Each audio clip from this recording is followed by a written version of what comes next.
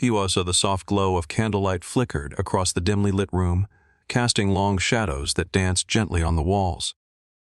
The air was filled with the soothing scent of lavender and eucalyptus, creating an atmosphere of tranquility and relaxation. In the center of the room stood a massage table, draped in crisp white linens, ready for the evening's session. I took a deep breath, centering myself as I prepared for my client's arrival. As a private masseur, I had built a reputation for my ability to ease tension and provide a sense of calm and rejuvenation. But tonight's client was different.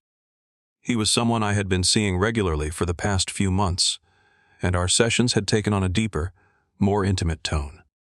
His name was Lucas, a successful businessman in his early 40s with a body that spoke of years of dedication to fitness and health. Our first few sessions had been purely professional, but as time went on, I found myself drawn to him in a way that went beyond the boundaries of my work. There was an undeniable chemistry between us, a spark that ignited every time our eyes met or our hands brushed against each other. The sound of the doorbell chimed softly, pulling me from my thoughts. I quickly checked my reflection in the mirror, smoothing down my hair and adjusting my collar before making my way to the door. As I opened it, Lucas stood there, his tall frame filling the doorway. His eyes met mine and a slow smile spread across his face. "Good evening, Ethan," he said, his voice deep and smooth. "I hope I'm not too early." "Not at all," I replied, stepping aside to let him in. "Come in. I have everything ready for you." He followed me into the room, his presence filling the space with an energy that was both calming and electrifying. I gestured to the massage table, and he began to undress, folding his clothes neatly on the chair beside him. I turned away, giving him a moment of privacy as I prepared the oils and towels. When he was ready, he lay face down on the table, his muscular back exposed to me. I took a moment to admire the lines of his body, the way his muscles rippled beneath his skin. Then, I poured a generous amount of warm oil into my hands and began to work it into his shoulders. My touch was firm yet gentle, my fingers kneading the tension from his muscles. He let out a soft sigh, his body relaxing beneath my hands. I worked my way down his back, my thumbs pressing into the knots and tight spots, releasing the stress that had built up over the week. As I moved lower, my hands grazed the small of his back, and I felt him shiver beneath my touch.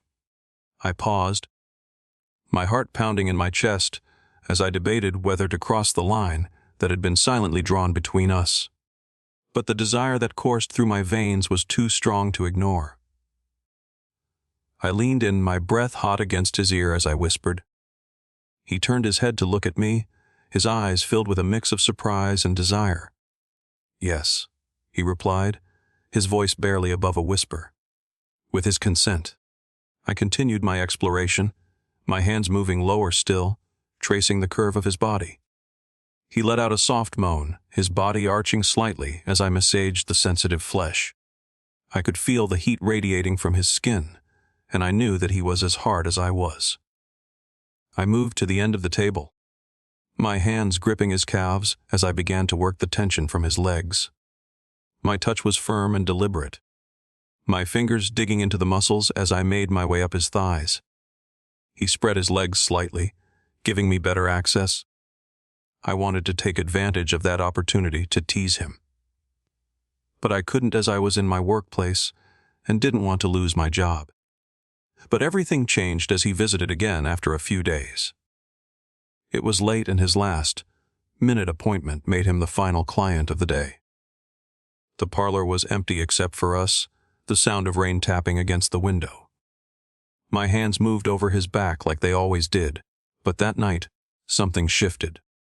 Maybe it was the way he exhaled so softly when I touched a knot in his shoulder, or maybe it was the way my fingers lingered just a little too long. But I knew, the second he turned his head to look at me, that we had crossed into dangerous territory. "Steve, have you ever wanted something you knew you shouldn't?" he asked, his voice barely above a whisper. My heart pounded. Of course I had. I wanted him, and I knew I shouldn't. I stepped back abruptly, trying to regain control. I can't do this, I muttered. Not like this. He sat up, watching me carefully. Steve, if you feel the same way, why are we pretending? God, I wanted to give in. But this wasn't just about feelings. Because this is my job, Lucas, and you're my client. If I crossed that line, I could lose everything. He stood, closing the space between us. Then let me make it easy for you. I won't be your client anymore. But I don't want to lose whatever this is. I stared at him, torn between desire and responsibility. And then, before I could think better of it, I gave in. The moment my lips met his, every carefully built wall I had shattered. It wasn't soft, it was desperate, months of restraint collapsing all at once. His hands gripped my waist, pulling me closer, and I let myself forget, just for that moment, about the consequences. I broke away from our kiss, trailing kisses down his neck and chest. He let out a soft moan, his body arching beneath me as I took one of his nipples into my mouth, my teeth grazing the sensitive flesh. I continued my exploration, my mouth moving lower and lower until I reached his package. I took him into my mouth, my tongue swirling around the sensitive tip. He let out a sharp gasp, his hands tangling in my hair as I took him deeper. The taste of him was intoxicating, and I reveled in the sensation of him filling my mouth. I moved up and down his length, my hands gripping his thighs as I took him deeper still.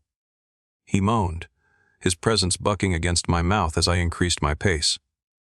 I could feel his body tensing, the pleasure building deep within him.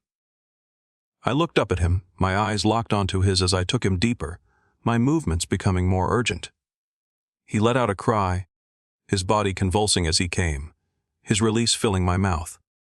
I swallowed every last drop, my hands gripping his hips as I held him steady. He collapsed back onto the table, his chest heaving as he caught his breath. I stood up, wiping my mouth with the back of my hand as I looked down at him.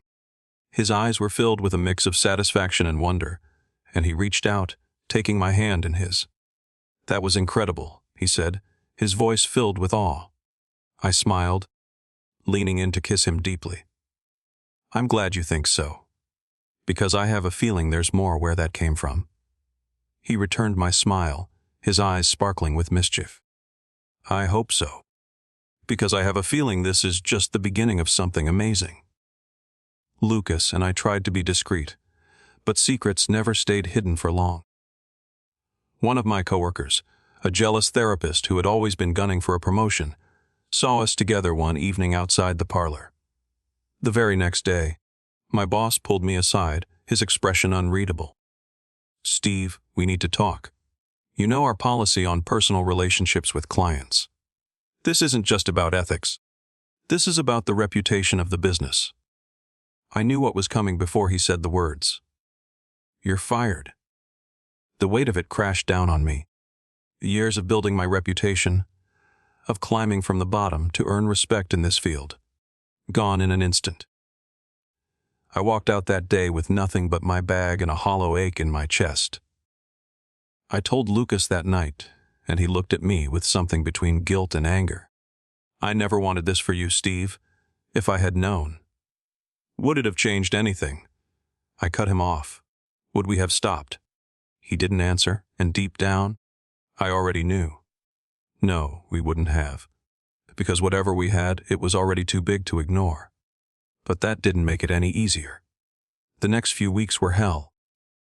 I struggled to find work. Every place I applied to had heard the rumors. Some turned me down with a polite excuse. Others outright laughed at the scandal attached to my name. I started doubting everything. Had I thrown away my career for something fleeting? What if Lucas got tired of me? What if I lost him too? One night, I sat alone in my tiny apartment, staring at my phone. Lucas had been texting me all day, but I couldn't bring myself to reply. I didn't know how to tell him I felt like I was drowning. When my doorbell rang, I wasn't surprised to see him standing there, his brows drawn together in worry. You're shutting me out, he said, stepping inside. I can see it. I exhaled sharply. Lucas, I lost everything. And I'm terrified that you're next. That I'm going to wake up one day and find out you regret all of this." His hands cupped my face, forcing me to look at him. "I don't regret a damn thing, Steve. And you haven't lost everything. You still have me." For the first time in weeks, I let myself believe that maybe, just maybe, this was worth it. That maybe love, undeniable love, was worth every risk. It wasn't easy, but Lucas helped me pick up the pieces. He encouraged me to start my own wellness studio. It was terrifying at first. I had no investors, no real plan. But Lucas believed in me even when I didn't believe in myself. He helped me find a small space, helped me renovate, and spread the word. A year later, I unlocked the doors to my new business for the first time. The weight of it, the realization that I had built something of my own, made my hands shake. And when I turned to Lucas, he was smiling. "Told you," he said. "You never lost everything. You just had to rebuild." I pulled him close, pressing my forehead against his. "And I never would have done it without you." That night, as I lay beside him, I realized that the biggest risk I had ever taken had led me to the greatest reward of all. Lucas wasn't just a client. He was the person I had been waiting for all my life. But fate wasn't done with us yet. The parlor scandal had spread beyond the industry, and an article surfaced about a disgraced massage therapist turned business owner. Some called me reckless, unprofessional. Others saw me as a cautionary tale, but Lucas stood beside me, unwavering. Then, one evening, an anonymous investor reached out. "I read your story," the message said. "I believe in second chances. Let's talk." Lucas squeezed my hand. "See, you were never just a cautionary tale. You're proof that love, real love, is worth fighting for." And as I looked into his eyes, I knew one thing for sure. No matter what came next, we would face it together. There were many more moments where we faced the storm that hit us and turned your notifications on to find them out.